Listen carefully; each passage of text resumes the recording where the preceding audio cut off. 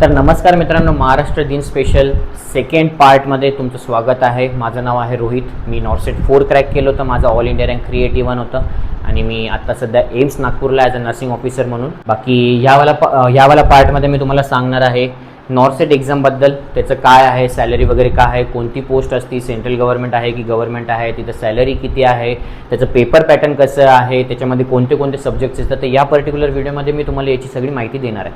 बाकी तुम्ही नवीन असाल तर व्हिडिओ नक्की एंडपर्यंत बघा आणि चॅनलला नक्की सबस्क्राईब करा. बाकी तुमच्या मित्रांसोबत पण शेअर करा. तर ह्या पर्टिक्युलर पार्टमध्ये सगळ्यात आधी मी तुम्हाला सांगतो की नॉर्सेट एक्झामचं फुल फॉर्म आहे nursing officer recruitment common eligibility test. ही जर तुम्ही नॉर्सेट एक्झाम क्रॅक केली तर तुम्ही ॲज अ नर्सिंग ऑफिसर म्हणून लागाल सेंट्रल गव्हर्नमेंट हॉस्पिटलमध्ये. ती क्लास 2 पोस्ट असती आणि ती सेंट्रल गव्हर्नमेंटच्या अंडर येते. आणि मेन म्हणजे त्याच्यामध्ये आपल्या भारतामध्ये जेवढे पण एम्स हॉस्पिटल आहेत तेवढे याच्यामध्ये तुम्ही याच्या थ्रू लागू शकतात. म्हणजे आता तरी सध्या 22 ते 25 एम्स आहेत, 25 नाही 20 ते 22 एम्स आहेत. अजून खूप सारे नवीन नवीन एम्स येणार आहेत. तर ही एक्झाम आरामात अजून पुढच्या 5-6 वर्ष तरी चालणार. तर त्याची काळजी तुम्ही बिलकुल पण नका करू. कारण खूप जणांना प्रश्न असतं की आत्ता जर आम्ही नर्सिंग केली तर आम्हाला ही एक्झाम देता येईल का, ही आम्हाला पोस्ट भेटेल का. तर अजून खूप सारे नवीन नवीन हॉस्पिटल बनणार आहेत. तर ही एक्झाम तुम्ही पुढच्या 5-6 वर्षापर्यंत तरी आरामात देऊ शकाल. तर सगळ्यात पहिले मी तुम्हाला सांगतो की याच्यामध्ये कोणते कोणते विषय असतात. सगळ्यात आधी फाउंडेशन, आपलं नर्सिंग फाउंडेशन. नंतर MSN, त्याच्यामध्ये 2 पार्ट असतात, सर्जरी आणि मेडिसिन. त्याच्यानंतर OBGY ऑब्स अँड गायनी. नंतर सायकेट्रिक, पिडॅट्रिक्स, CHN कम्युनिटी. नंतर anatomy, physiology, management, research, nutrition and biochem. नंतर फार्मॅकोलॉजी आणि जनरल नॉलेज. हे असे एवढे सब्जेक्ट येतात. आता याच्यामध्ये तुम्ही सांगशाल की सर्व प्रश्नांचे 10-10 वगैरे उत्तर प्रश्न वगैरे येत असतील, सगळ्या सब्जेक्टचे मिनिमम सगळे सारखेच प्रश्न येत असेल. तर याच्यामध्ये असं नसतं. नॉर्सेट एक्झाममध्ये मिनिमम मेजर सब्जेक्टमधूनच 60 ते 70% प्रश्न येतात. आता तुम्ही म्हणशाल याच्यातून मेजर सब्जेक्ट कोणते, तर आपलं फाउंडेशन झालं, MSN झालं, OBGY झालं, सायकॅट्रिक झालं, पिडॅट्रिक झालं, फार्मॅकोलॉजी झालं, CHN झालं. हे सगळे मेजर सब्जेक्ट असतात. म्हणजे आपले पूर्ण पेपरमध्ये जर 100 प्रश्न येणार असेल तर 70 ते 80 प्रश्न याच्यातूनच येतात. ह्याच सब्जेक्टमधून मॅक्झिमम प्रश्न कव्हर होतात. बाकी मिनिमममधून 2 ते 3 प्रश्न असे छोटे छोटे येतात. बाकी याच्यामध्ये आता पेपर पॅटर्न तुम्ही म्हणशाल की पेपर पॅटर्नचं मी तुम्हाला सांगतो, पण याच्यामध्ये मी तुम्हाला सांगतो की याच्यात प्रश्न कसे येतात. आता तुम्ही म्हणणार की 1 लायनर वगैरे ती नाही. 1 लायनर आधी येत होते नॉर्सेट 4 पर्यंत. नॉर्सेट 3 पर्यंत खूप सारे 1 लायनर यायचे, 80 to 90% 1 लायनरच असायचे. पण नॉर्सेट 4 नंतर असं झालं की पॅटर्न वगैरे त्याचं थोडं चेंज झालंय.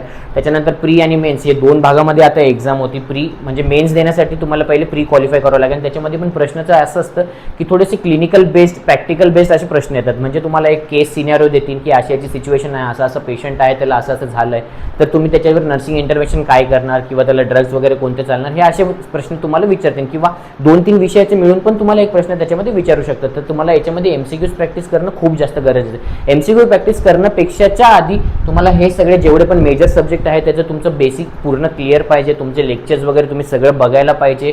तुमचे सगळे कन्सेप्ट क्लिअर पाहिजे. तुमचं प्रॉपर रिव्हिजन झालं पाहिजे. मेजर सब्जेक्टचे तुम्ही 8 ते 10 वेळेस जरी रिव्हिजन केलं, तुम्ही जितके वेळ रिव्हिजन करसाल तेवढं तुमच्यासाठी चांगलं असेल. म्हणजे असे क्लिनिकल बेस्ड जर प्रश्न आले तर तुम्हाला सोडवायला एकदम सोपं जाईल ते. नंतर आम्ही आता पॅटर्नचं तुम्हाला सांगतो. तर आता नॉर्सेट एक्झाम ही 2 स्टेजेसमध्ये होती, प्रिलियम आणि मेन्स. प्रिलियम एक्झाममध्ये टोटल 100 प्रश्न असतात. ते 100 प्रश्न सोडवण्यासाठी तुमच्याकडे 90 मिनिटाचा वेळ असतो, ठीक आहे.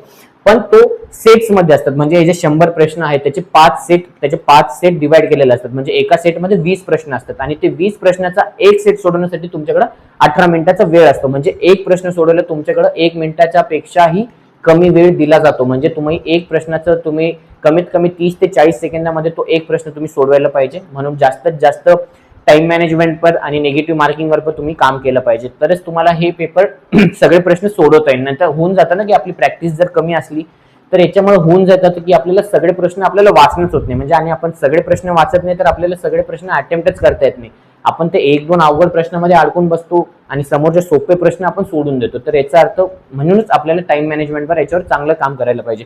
आणि मी तुम्हाला सांगितलं की 5 सेट असतात, त्याच्यातले 4 सेट नर्सिंगचे प्रश्न असतात. म्हणजे 4 सेटमध्ये जे 20-20 चे 4 सेट आहेत त्याच्यामध्ये तुम्हाला सर्व नर्सिंगचे रिलेटेडच, म्हणजे जेवढे पण नर्सिंगचे सब्जेक्ट आहेत त्याच्यातूनच तुम्हाला प्रश्न येतील.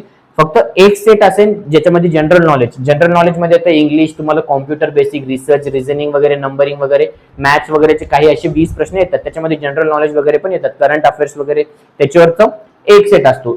तर तो सेट म्हणजे खूप सारे लोक काय करतात की ते असं करतात की फक्त नर्सिंगवरच फोकस करून देतात आणि ह्या जनरल नॉलेजचा जो एक सेट असतो तो सेट मिस करून देतात. म्हणजे त्याच्यावर लक्ष देत नाही. पण तो ना सर्वात सोपा सेट असतो. म्हणजे जरी तुम्हाला हा नर्सिंगचा जे 4 सेट अवघड जरी गेले तरी तुमचा तो एक सेट आहे तो खूप सोपा असतो. जर त्याला तुम्ही 1-2 दिवस जरी दिले शेवटचे तरी तो त्याच्यातले तुम्हाला 20 पैकी आरामात 10 ते 15 प्रश्न आरामात सोडवता येतील. पण काही लोक स्किप करून देतात आणि त्याच्यामुळे त्यांचं रँक खाली होऊन जातं, कारण तो खूप रँक डिसाइडिंग असतो. कारण त्याच्यामध्ये असं कन्सेप्ट वगैरे क्लिनिकल बेस्ड वगैरे काय नसतं, एकदम सरळ सोपे प्रश्न विचारलेले असतात.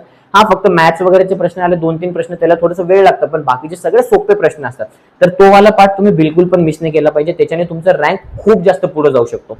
बाकी हे झालं. बाकी तुम्हाला सांगितलं की एका सेटमध्ये 20 प्रश्न असतात, प्रत्येक सेटला तुम्हाला सोडवायला 18 मिनिटाचा वेळ दिला जातो. आणि नंतर त्याच्यामध्ये निगेटिव्ह मार्किंग असतं 1/3. म्हणजे जर तुमचे 3 प्रश्न चुकीचे झाले तर तुमचा 1 मार्क मायनस होऊन जाईल. तर तुम्हाला निगेटिव्ह मार्किंग आणि टाइम मॅनेजमेंट वर जास्तीत जास्त फोकस करायचंय, तरच तुम्हाला सर्व प्रश्न बरोबर सोडवता येईल आणि अॅक्युरेसीवर काम करायचं. असं नाही की आता 100 प्रश्न आहे तर खूप लोक काय करतात 90, 95, 100 प्रश्न सोडून देतात, पण असं नसतं. त्याच्यामध्ये त्यांचं खूप जास्त निगेटिव्ह मार्किंग होतं आणि त्यांचा रँक खूप जास्त खाली पडून जातं. तर तुम्हाला अॅक्युरेसीवर काम करायचं, म्हणजे जास्त प्रश्न सोडवायला नाही जायचं, कमी प्रश्न सोडवा पण बरोबर सोडवा.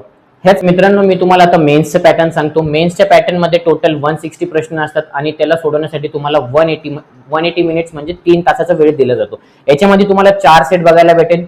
फक्त नर्सिंगचे त्याच्यामध्ये फक्त 4ही सेटमध्ये फक्त नर्सिंगचेच रिलेटेड प्रश्न असतात. म्हणजे हे जेवढे सब्जेक्ट आहे फार्मसी जनरल नॉलेज सोडून तुम्हाला फक्त नर्सिंगचेच प्रश्न याच्यामध्ये विचारले जातात. जनरल नॉलेजचे प्रश्न फक्त तुम्हाला फ्री मध्येच विचारले जातात.